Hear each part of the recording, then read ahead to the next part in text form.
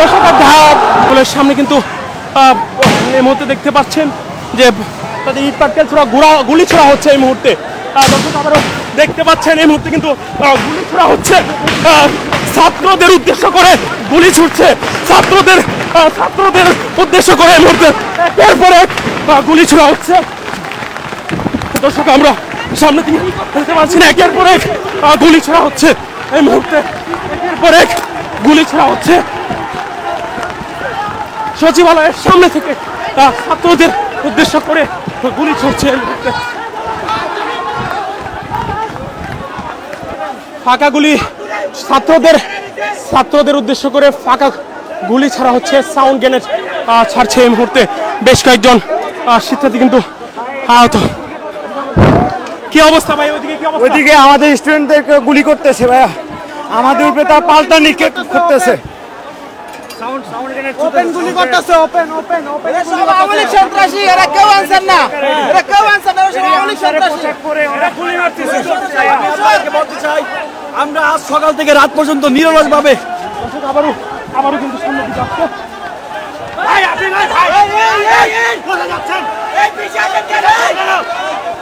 আবারও sound grenade এবং ফাঁকা গুলি ছোড়া হচ্ছে শিক্ষার্থীদের উদ্দেশ্য করে।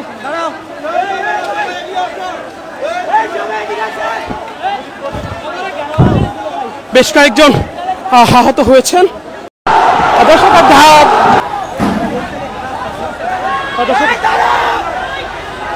কয়েকজন শিক্ষার্থী কিন্তু আহত হয়েছেন।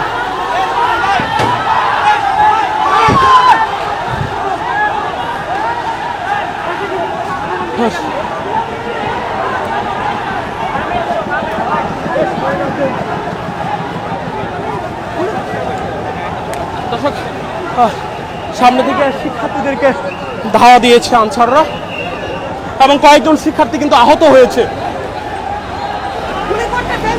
গুলি করা হইতেছে, গুলি করতেছে আমাদের এই আনসার বাহিনী গুলি করতেছে। ছাত্রদের মদতদাতা যারা আছে, শেখ হাসিনার বেতারটা এখনো বাঁচা আছে বাংলাদেশে, ওদেরকে যে কোনো মূল্যে প্রত্যাহিত করতে হবে আমাদের। আপনাদের শিক্ষার্থীরা আহত হয়েছে? হ্যাঁ হ্যাঁ অবশ্যই আহত হয়েছে, অনেকে রক্তাক্ত হয়েছে, অনেকের হাতে গুলি পায়ে গুলি লাগছে।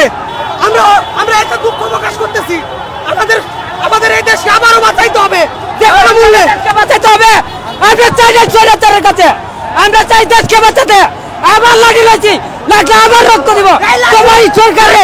আমরা চাই না এই লাঠি পূর্ণাঙ্গ দেশ স্বাধীন না হওয়া পর্যন্ত আমাদের এই লাঠি হাতে থাকবে, এই আন্দোলন চলবে, এটা চলবে। আমরা এটা কোনো মূল্যে থামাবো না। আমাদের ভাইদের রক্ত এক ছবিটা দেখতে দেবো না আমরা ভাই। আমার বন্ধু একটা শহীদ হয়েছে, আমি চাই না আমার মতন, আমার বন্ধুদের মতন আর কেউ শহীদ হোক। আমরা চাই এই দেশটা শান্তি মতো পূর্ণত হোক। এই আমার বক্তব্য শেষ, আল্লাহ হাফেজ। দর্শক শিক্ষার্থীদের উপরে কিন্তু তারা হামলা করেছে এবং কয়েকজন শিক্ষার্থী আমরা ইতিমধ্যে দেখছি তাদেরকে হাসপাতালে নেওয়া হচ্ছে, কয়েকজন শিক্ষার্থী আহত হয়েছেন।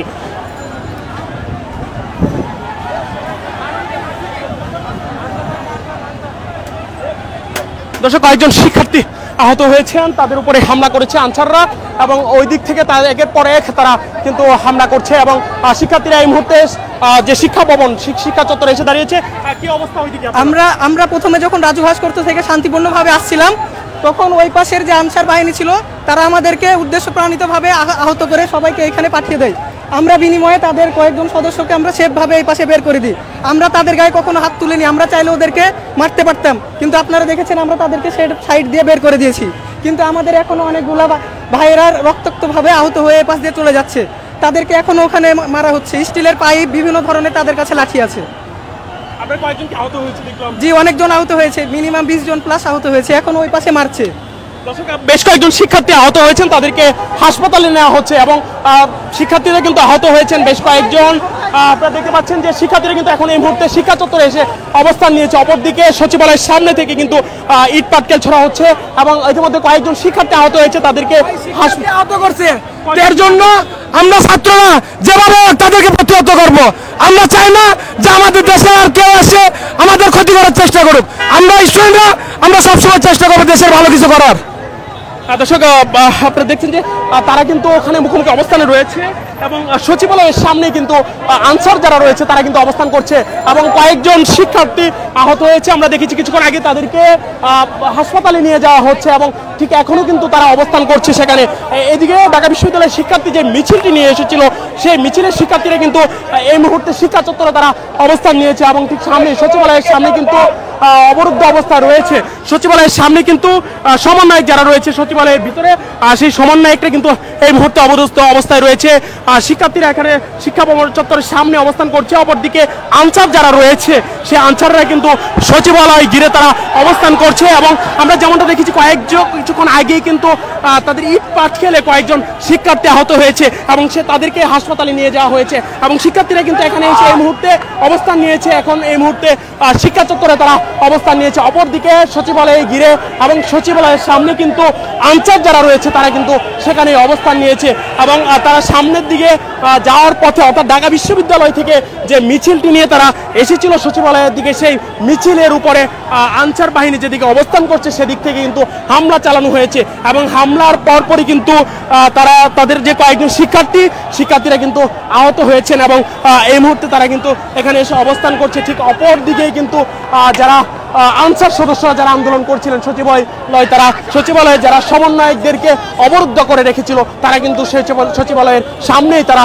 অবস্থান করছে এবং শিক্ষার্থীরা সামনে যাওয়ার চেষ্টা করলে কিন্তু তাদের উপর ইট পাটকেল ছোড়া হচ্ছে এবং কয়েকজন শিক্ষার্থী কিন্তু অভিযোগ করেছে যে তাদের উপরে ইট পাটকেল এবং লাঠি দিয়ে আঘাত করছে তারা এমনটাই কিন্তু বলেছে। আমরা এই মুহূর্তে কিন্তু শিক্ষা চত্বরের সাইডে অবস্থান করছি, ঠিক সামনে যদি একটু সামনের দিকে আমরা যাওয়ার চেষ্টা করছি কিন্তু সামনে যেমনটা আসলে ঘটছে একদিকে যেহেতু আনসার সদস্যরা অবস্থান করছে শিক্ষার্থীদেরকে লক্ষ্য করে কিন্তু তারা ইট পাটকেল ছুটছে এবং শিক্ষার্থীরা কিন্তু এই মুহূর্তে পিছনের দিকে চলে এসেছে এবং যেহেতু তাদের শিক্ষার্থীদের কয়েকজন কিন্তু এই মুহূর্তে আহত হয়েছেন এবং তাদেরকে কিন্তু এখনই হাসপাতালে নেওয়া যাওয়া হয়েছে যেমনটা আমরা দেখেছি এবং এই মুহূর্তে কিন্তু আবারও শিক্ষার্থীরা সামনে যাওয়ার চেষ্টা করছে।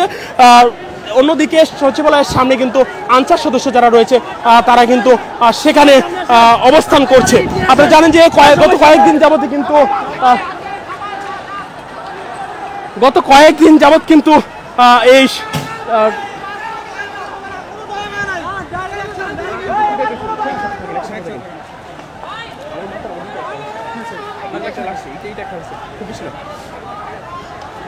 শিক্ষার্থী কিন্তু আবারও সামনের দিকে আসছেন। দর্শক আমরা দেখেন যে আবারও কিন্তু আনসার সদস্য যারা রয়েছে তারা কিন্তু তাদের পক্ষ থেকে আবারও তাদের দিক থেকে আবারও হামলা করেছে। শিক্ষার্থীরা আবারও তারা সামনের দিকে এগিয়ে যাচ্ছে। দর্শক কি করতেছে তারা? আমরা শান্তিপূর্ণভাবে তাদের শুধুমাত্র সরাই দিতে গেছিলাম, সরাই দিতে গেছি ভাই ভিতরে যা।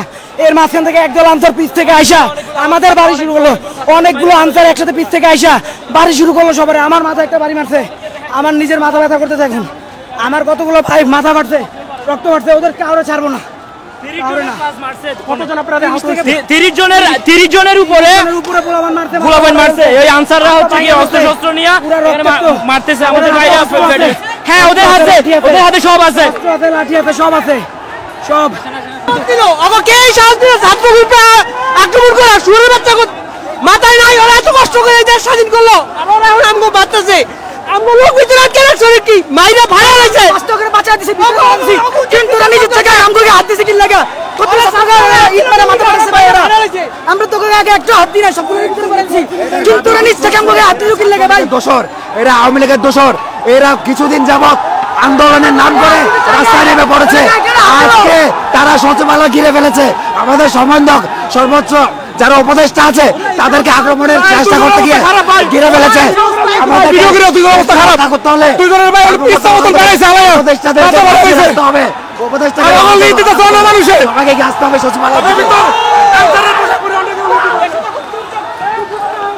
দর্শক আবারও কিন্তু শিক্ষার্থীরা সামনে যাওয়ার চেষ্টা করছে। শিক্ষার্থী যারা আহত হয়েছে তাদেরকে উদ্ধার করছে এবং উদ্ধার করে কিন্তু এই মুহূর্তে হাসপাতালে নিচ্ছে। ঠিক তখনই কিন্তু আবারও শিক্ষার্থীরা সামনে যাচ্ছে। অপরদিকে আনসার যারা রয়েছে